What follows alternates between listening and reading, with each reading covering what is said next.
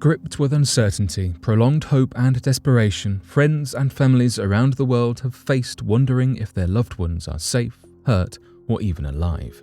So today, here at Unexplained Mysteries, we will be taking a look at people who strangely disappeared and whether they were found.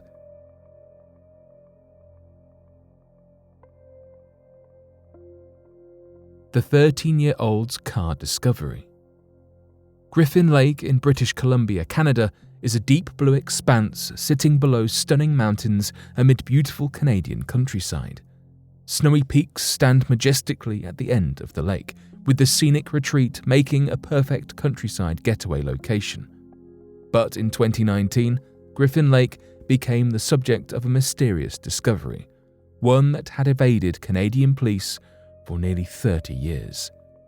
Max Wawrenka was a normal 13-year-old boy from Alberta, Canada. He enjoyed the outdoors and had spent time in the past filming his adventures with his GoPro camera. In August 2019, Wawrenka had been out paddleboarding on Griffin Lake when he spotted something strange lurking below the surface. A group of people who had been staying in cabins on the lake shore also came to have a look, and they deduced that they were seeing the shiny underside of a car. Bemused as to what a car could be doing at the bottom of the lake, Wawrenka and his family reported the discovery to the police. After doing some Googling, the group realized that a group of 4 people had been rescued from a sunken vehicle in Griffin Lake in 2007, assuming that the car was simply left over from that. A pretty cool discovery nonetheless, but the Royal Canadian Mounted Police came to the lake to check it out anyway. When the police arrived, the presumed car did not appear so clearly, so the police asked Max to dive into the lake with his GoPro to see what he could find. Lo and behold, the car was still there, in full, and there was a human body in the driver's seat. It quickly became apparent that the car wasn't the one in the 2007 rescue, but one that had been at the bottom of the lake for potentially some time. The police divers team arrived a few days later and confirmed the body in the car. Analysis revealed that the body was that of Janet Farris, who had disappeared on her way to a wedding in the Griffin Lake area. Police were quick to rule out foul play and rather concluded that it was likely Janet swerved, trying to avoid an animal or something else, and lost control, spinning into the lake. Though the truth will never be fully known, for Janet's family, however, a welcome comfort to finally knowing where their relative was all this time.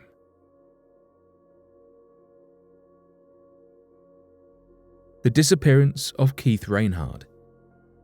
The tiny village of Silver Plume in Colorado has a population of just over 200. It was the location solitude that enticed Keith Reinhard in 1988 to take a 3-month sabbatical from his job as a sports writer, leave his wife and family, and get some much-needed respite and work on his novel.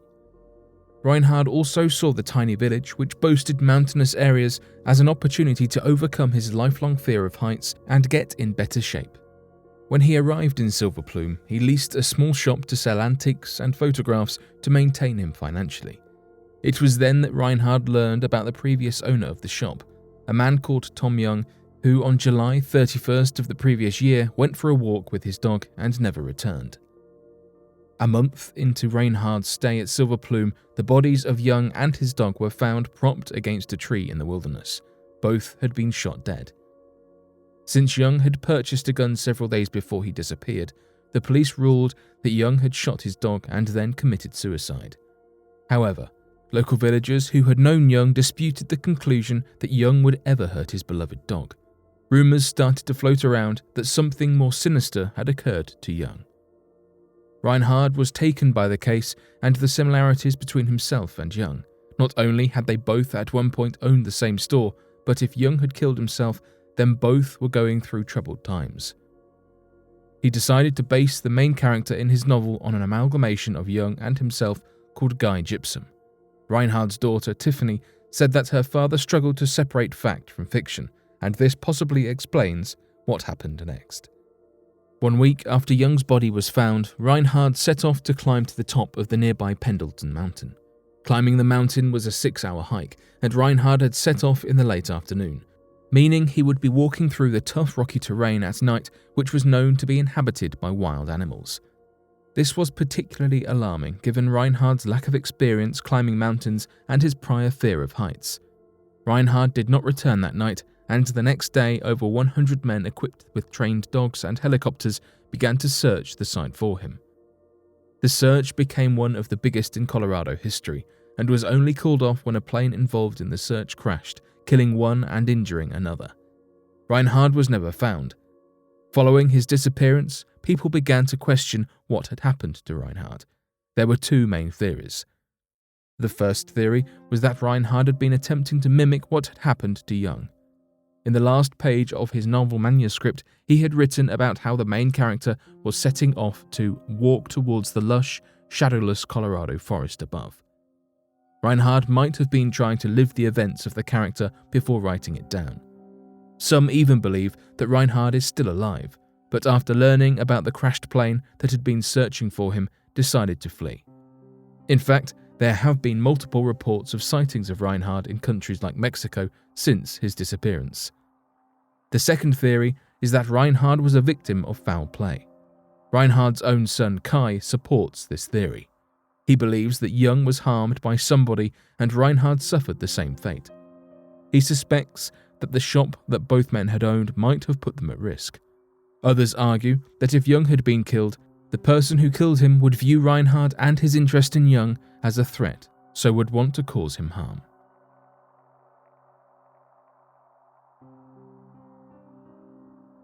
The disappearance of Jared Negrete.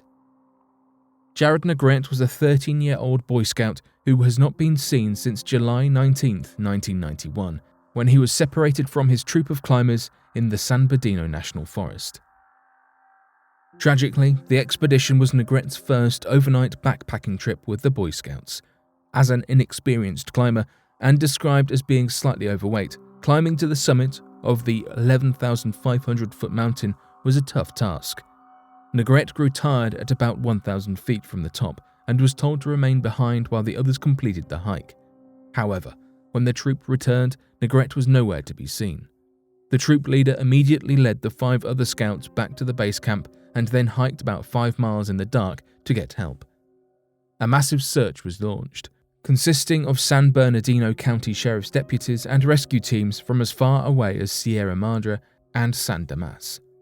They searched the 130 square mile area of San Gorgonio wilderness and on the third day focused their search on a 6 square mile area where one of Negrete's footprints was discovered. In this area, searchers also uncovered beef jerky and candy wrappers they believed to have belonged to Negrete. The most interesting discovery, though, was Negrete's camera. On the camera, there were 12 snapshots. All but one were landscape shots. However, the final image was a close-up self-portrait of Jared, showing only his nose and eyes. The photograph had been taken using flash photography, and Negrete appeared terrified in the image. Some have even claimed to see a pair of eyes behind Negrete, as if he was using the camera to scare off a threat. It is believed that Negrete lost his life by succumbing to the elements or by suffering a fall down the mountain. But over 30 years later, there are no traces of remains of the boy and Negrete's final moments remain unanswered. Peter Jackson missing at the Yosemite National Park. In 2016, an elderly man in his late 70s was reported as missing at the Yosemite National Park in California. Jackson was reported as missing in September, but his body was only found in May of the following year. His car was left at the White Wolf campground. It is speculated that Peter Jackson was following the mist trail in Yosemite Valley when he went missing. Jackson sent his son a text message on the 17th of September confirming his location, saying he was nearly at the national park. Peter Jackson, despite his advanced age, was said to have been in idyllic shape and health. Jackson was by no means an inexperienced hiker and, according to his son, would go for serious hikes averaging to up to 5 miles each on a regular basis, which just goes to show that anything can occur in the wilderness and even the most seasoned of adventurers and hikers can find themselves as victims of a cruel fate. Investigators and those involved with the search for Jackson claim that he most likely left the White Wolf campsite for a simple hike when he disappeared, but due to unfortunate circumstances, he ended up becoming lost in the wild. His camping fees were paid all the way through to the 21st of September, implying that his stay at the Yosemite National Park was supposed to be a prolonged one. According to some experienced hikers who commented on the case on Reddit, the White Wolf campsite lies on top of the Tuolumne River close to an incredibly broad canyon, with a single way down to the floor of the valley. You can easily end up falling from the side and become trapped midway down, and getting out alone would be a near impossible task to accomplish. The camping site of White Wolf is what hikers generally refer to as leave me alone campsites, as these are for hikers who wish to be left to their own devices. Many hikers claim that this area is not a place to go by yourself. Experienced hikers such as Jackson himself ought to have known this, and so the reason why he chose to go there alone is unknown.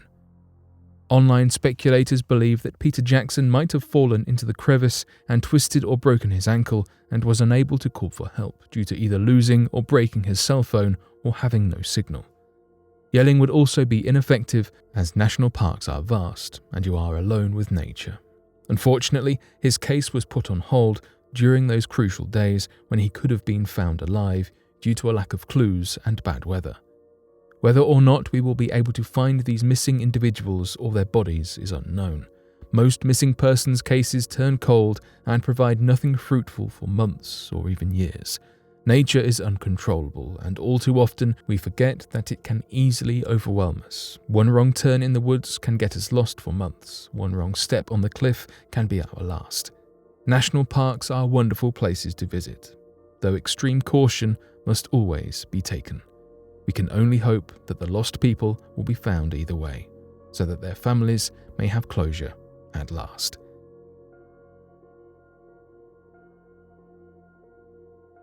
Jacobo Grinberg. The last case we'll be talking about is that of Jacobo Grinberg, a Mexican neurophysiologist and psychologist who went missing in December 1994.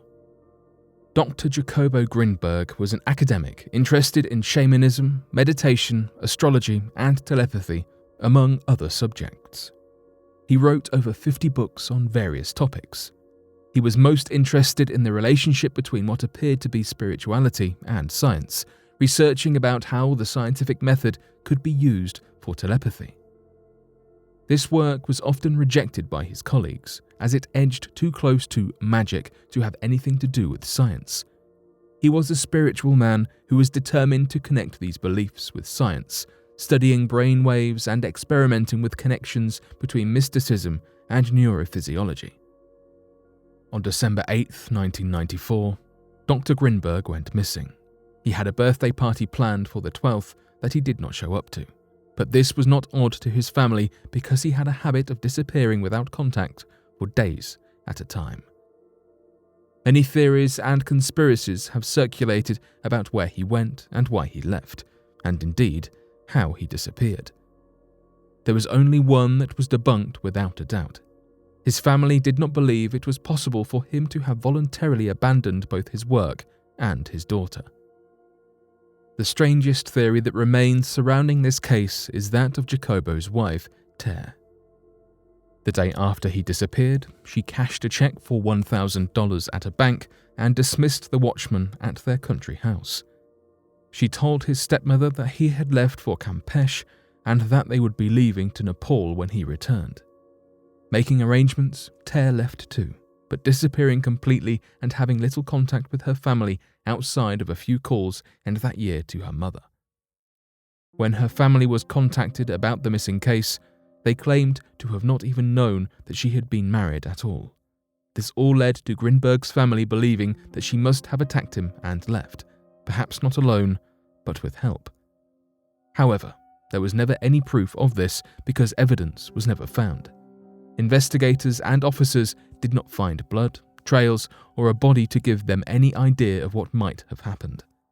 Although the world can seem like a dangerous place, one can take comfort in the thought that cases such as these stand out because they are unusual and not common.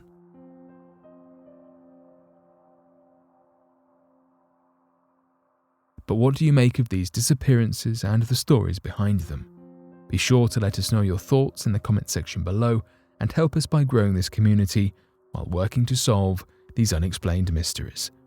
Thank you for watching, and don't forget to subscribe for more videos.